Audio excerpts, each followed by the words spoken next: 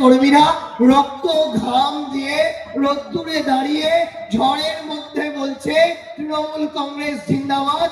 এটা বিজেপির সঙ্গে তৃণমূলের তফাৎ। তাই আমি আপনাদের বলবো, এই নির্বাচন শুধুমাত্র রত্নাদিকে জেতানোর নির্বাচন নয়। রত্নাদি গতবারে যে ভোটে জিতেছিলেন, এবারে তার থেকে ডবল ভোটে জিতবেন, কোনো সন্দেহ নেই। তবে এবারের ভোটটা প্রতিবাদ করবার ভোট। এবারের ভোটটা আপনার প্রতিবাদের আওয়াজ তোলবার ভোট। কেন না, বিজেপি বলেছে আমরা যারা বাংলা ভাষায় কথা বলি আমরা সবাই নাকি বাংলাদেশি, আমরা যারা বাংলা ভাষায় কথা বলি আমরা সবাই নাকি রোহিঙ্গা, আমরা সবাই নাকি পাকিস্তান থেকে এসেছি, আমরা সবাই নাকি দেশদ্রোহী। এত মায়েরা আছেন, বিজেপিকে একটু মনে করিয়ে দেবেন না যে ভারতবর্ষের জাতীয় সঙ্গীতটা যিনি লিখেছেন তিনি গুজরাটের লোক নন, বাংলার লোক রবীন্দ্রনাথ ঠাকুর। আমরা সেই রবীন্দ্রনাথের বাংলার লোক। বিজেপিকে মনে করিয়ে দেবেন না 13 বছরের বাচ্চা ছেলে ক্ষুদিরাম বোস যখন ফাঁসির মঞ্চে গেছিলেন তার কণ্ঠে একটাই স্লোগান ছিল, সেটা বন্দে মাতরম। সেই বন্দে মাতরমের জন্ম যিনি দিয়েছিলেন তিনি গুজরাটের লোক নন, বাংলার লোক বঙ্কিমচন্দ্র চট্টোপাধ্যায়। আমরা সেই বঙ্কিমের মাটির সন্তান। বিজেপি বলছে না ভারত মাতা কি জয়। ওরে, ভারত মাতার ছবিটা যিনি প্রথম এঁকেছিলেন তিনি এই বাংলার ছেলে, তার নাম অবনীন্দ্রনাথ ঠাকুর। বিজেপির থেকে ভারত মাতাকে চিনব না, বিজেপির থেকে ভারতবর্ষ শিখব না, এটা বুঝিয়ে দেওয়ার ভোট। আপনি লজিক্যাল ডিসক্রিপেন্সি করে কার নাম বাদ দিয়েছেন, কাকে লাইনে দাঁড়াতে বলছেন? অমর্ত্য সেনকে লাইনে দাঁড়াতে বলছেন। আপনি লজিক্যাল ডিসক্রিপেন্সি করে লাইনে দাঁড় করিয়েছেন কাকে? নেতাজি সুভাষচন্দ্র বোসের পরিবারের লোককে। বিজেপিকে প্রশ্ন করবেন না কে বাংলাদেশি কে রোহিঙ্গা? নেতাজি সুভাষ বোস রোহিঙ্গা নাকি যিনি দেশের জন্য নোবেল এনেছেন সেই অমর্ত্য সেন রোহিঙ্গা? এর জবাব বিজেপিকে দিতে হবে, আর নয়তো এই বাংলার মাটি থেকে পাত্তারি গুটিয়ে পালাতে হবে। অবাক লাগছে, এরকম নির্বাচন দেশ কোনোদিন দেখেনি। স্বাধীনতার পরে এরকম নির্বাচন দেশ কোনোদিন দেখেনি। মনে হচ্ছে বাংলায় যুদ্ধ হচ্ছে, আর দেশের নির্বাচন কমিশন তারা উলঙ্গ হয়ে নেমেছে।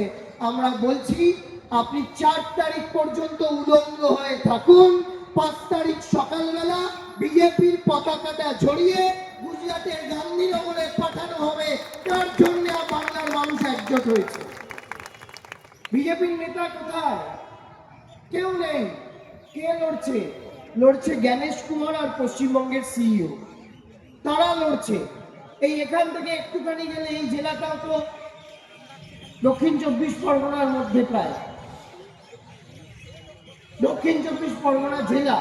এই আপনাদের পাশের প্রার্থী আমাদের শামীম আহমেদের বিরুদ্ধে যে বিজেপি থেকে দাঁড়িয়েছে, মগরাহাটের বিজেপি প্রার্থী সাগরিকা হোটেলে ডায়মন্ড হারবারে ঢুকছে, আর পুলিশ স্পেশাল অবজারভার তিনি হাত জোর করে এরকম করে প্রণাম করে তারপরে মিটিং শুরু করছেন। এরকম দলদাস কৃতদাস নির্বাচন কমিশন ভারতবর্ষ কোনোদিন দেখেনি। আমাদের লড়াই এই দালাল নির্বাচন কমিশনের বিরুদ্ধে, আমাদের লড়াই বিজেপির এজেন্সির বিরুদ্ধে, আমাদের লড়াই এই বিজেপির সিবিআইডির বিরুদ্ধে। ওরা ভোটে জিততে পারে না, ওরা এজেন্সি নামিয়ে ভাবছে বাংলা দখল করবে। ওদের মনে করিয়ে দিন বুড়িমারামের তীরে সূর্যাস্তের সঙ্গে সঙ্গে ভারতবর্ষের যে সূর্য বন্দে মাতরম বলে অস্তমিত হয়েছিল সেই সূর্যের নাম মাস্টারদা সূর্য সেন। এ বাংলা মাস্টারদা সূর্য সেনের বাংলা, যার মৃতদেহটাকে ব্রিটিশ সরকারের পুলিশ বাংলায় ঢুকতে দেয়নি। কেন জানেন? কারণ ওরা ভয় পেয়েছিল। ব্রিটিশ সরকার বুঝেছিল যে জীবিত মাস্টারদার থেকে মৃত মাস্টারদা অনেক বেশি ভয়ঙ্কর। আমরা সেই মাস্টারদার মাটির লোক। মেদিনীপুরের মাটিতে যে মহিলা আমরা বলি গান্ধী বুড়ি, দেশের পতাকাটা বুকে আগলে নিয়ে লড়াই করছিলেন, ব্রিটিশ সরকারের পুলিশ যখন তাকে গুলি করলো তিনি রাস্তায় লুটিয়ে পড়লেন, কিন্তু পতাকাটাকে বুকে আঁকড়ে রেখেছিলেন, আমরা সেই মাতঙ্গিনী হাজরার মাটির লোক, আমরা রক্ত দেব, জীবন দেব, বাংলা দেব না, মা দেব না, মাটি দেব না, মানুষ দেব না, এটা বাংলা ভুলে যেও না। আমি আপনাদের স্মরণ করিয়ে দিই, আজকেও দেখছিলাম এখানে নির্বাচন চলছে, আর এখানকার টিভি চ্যানেলগুলো তো সত্যি কথা সব মানে অর্ধসত্য বলে। সুপ্রিম কোর্টে আজকে মমতা বন্দ্যোপাধ্যায়ের বিরুদ্ধে মামলা করতে গেছেন কে? সলিসিটর জেনারেল তুষার মেহতা। আরে তুষার মেহতা কোন দলের লোক? তুষার মেহতা বিজেপির লোক। তুষার মেহতা মমতা ব্যানার্জিকে কি বললো সেটার মানে সুপ্রিম কোর্ট মমতা ব্যানার্জিকে সেটা বলছে না, আর এখানকার টিভি চ্যানেলগুলো লাগাতার লিখে যাচ্ছে।